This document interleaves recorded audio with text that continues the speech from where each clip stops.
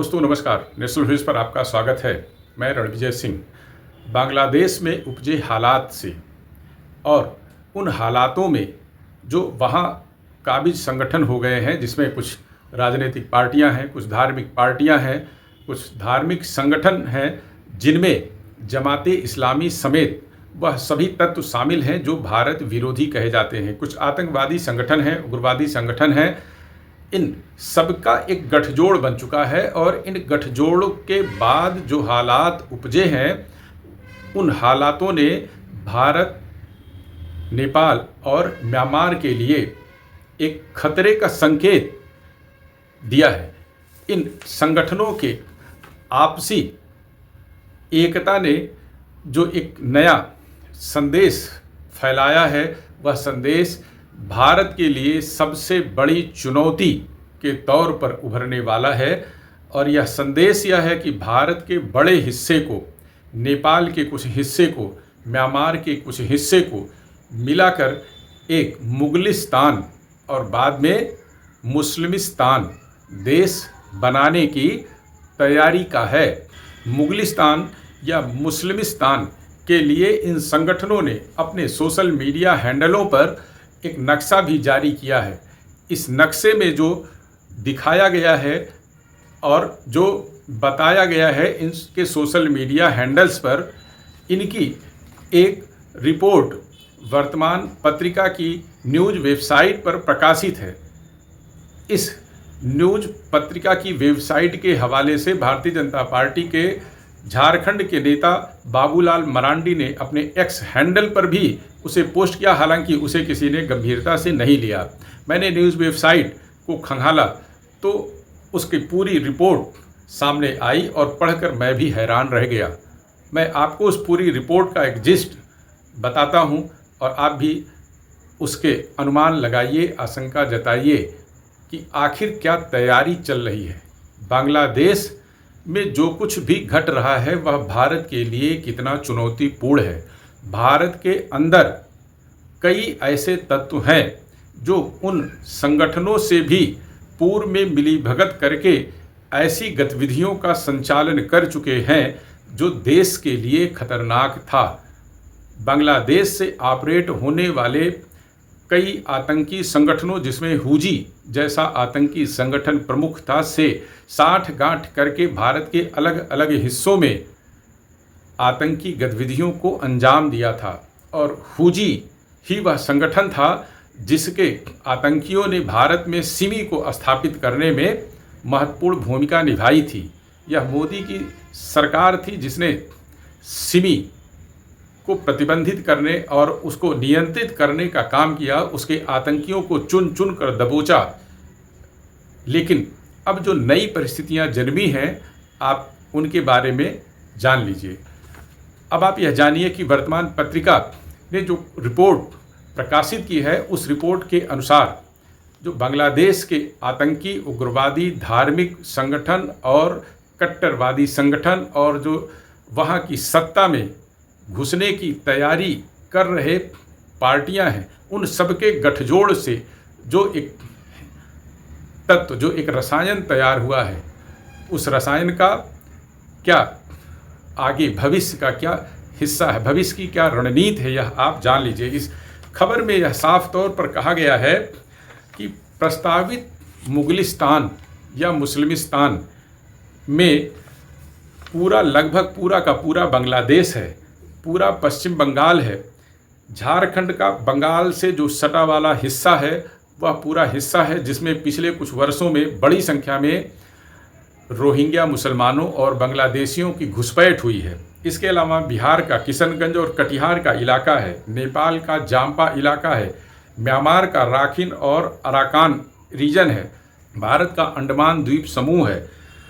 इसके अलावा पूर्वोत्तर का बड़ा हिस्सा है जिसमें आसाम, त्रिपुरा, मेघालय, मिजोरम और मणिपुर है।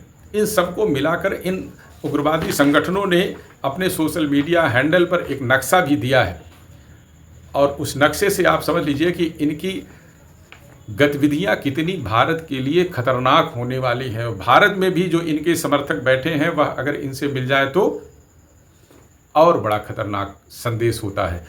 पूर्व में तो यह कहा जाता था कि आईएसआई अपने आतंकी संगठनों, अपने गुर्गों के साथ मिलकर के चीन की मदद से चिकन नेक को काटकर पूर्वोत्तर को भारत से अलग करना चाहता है और बांग्लादेश से लेकर नेपाल के रास्ते पाकिस्तान तक एक गलियारा बनाना चाहता है। उस गलियारे को बाद में नक्सलियों से भी जोड़ा जाने लगा कि इन सब की मिलीभगत से ये गलियारा बनाना चाहते हैं, जिसमें बांग्लादेश से लेकर म्यांमार से लेकर पाकिस्तान तक सीधी आवाजाही हो। इसके लिए चिकन नेक को काटने की बात कही जाती थी। लेकिन यह जो नई खबर आई है यह और भी खतरनाक है।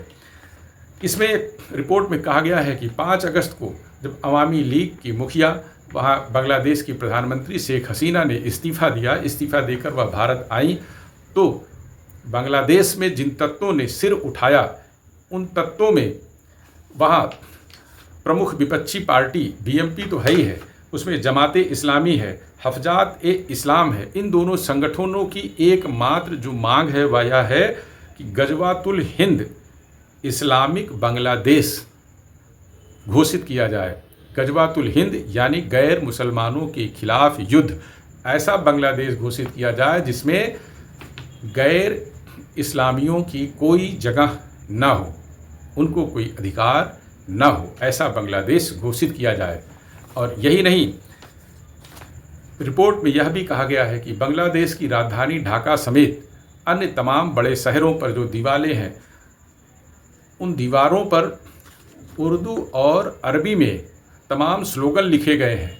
वह स्लोगन वहाँ बड़ी संख्या में लिखे गए हैं और इसे लेकर एक अफवाह भी बांग्लादेश में है कि बांग्लादेश की अगली जो भाषा होगी वह उर्दू या अरबी हो सकती है। अभी वहाँ बंगाली बोली जाती है, लेकिन जो इन आतंकी संगठनों, उग्रवादी संगठनों, कट्टरपंथी तंत्रों की जो योजना है वह योजना है कि इस्लामी बांग्लादेश बनाकर वहाँ उसकी भाषा को अरबी या उर्दू घोषित किया जाए। जो प्रतिबंधित संगठन है जिनमें भारत में भी कुछ पूर्व में सक्रिय संगठन रह चुके हैं, उन संगठनों का भी वहाँ जमावड़ा हो चुका है।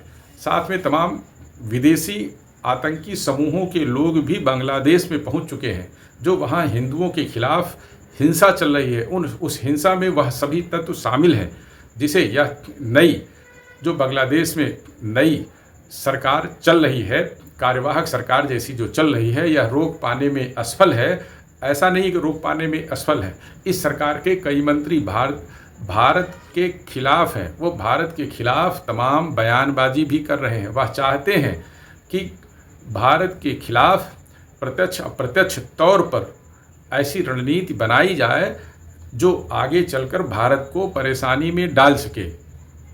इस रिपोर्ट के अनुसार, रिपोर्ट में सूत्रों के हवाले से यह कहा गया है कि इसमें प्रतिबंधित संगठन बांग्लादेश हरकत उल जेहादी इस्लामी यानी हुजी, जमात उल मुजाहिदीन बांग्लादेश यानी जेएमबी, यह दोनों संगठन ऐसे हैं जो भारत में आतंकी गतिविधियों में पूर्व में शामिल रह चुके हैं और तमाम कई बार इनका नाम आ चुका है।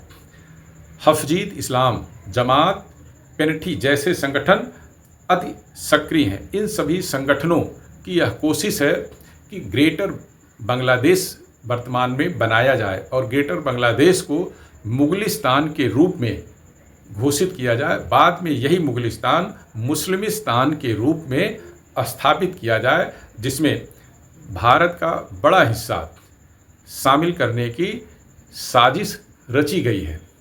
इस साजिश में नेपाल का कुछ हिस्सा है, म्यांमार का कुछ हिस्सा है, बांग्लादेश तो है ही।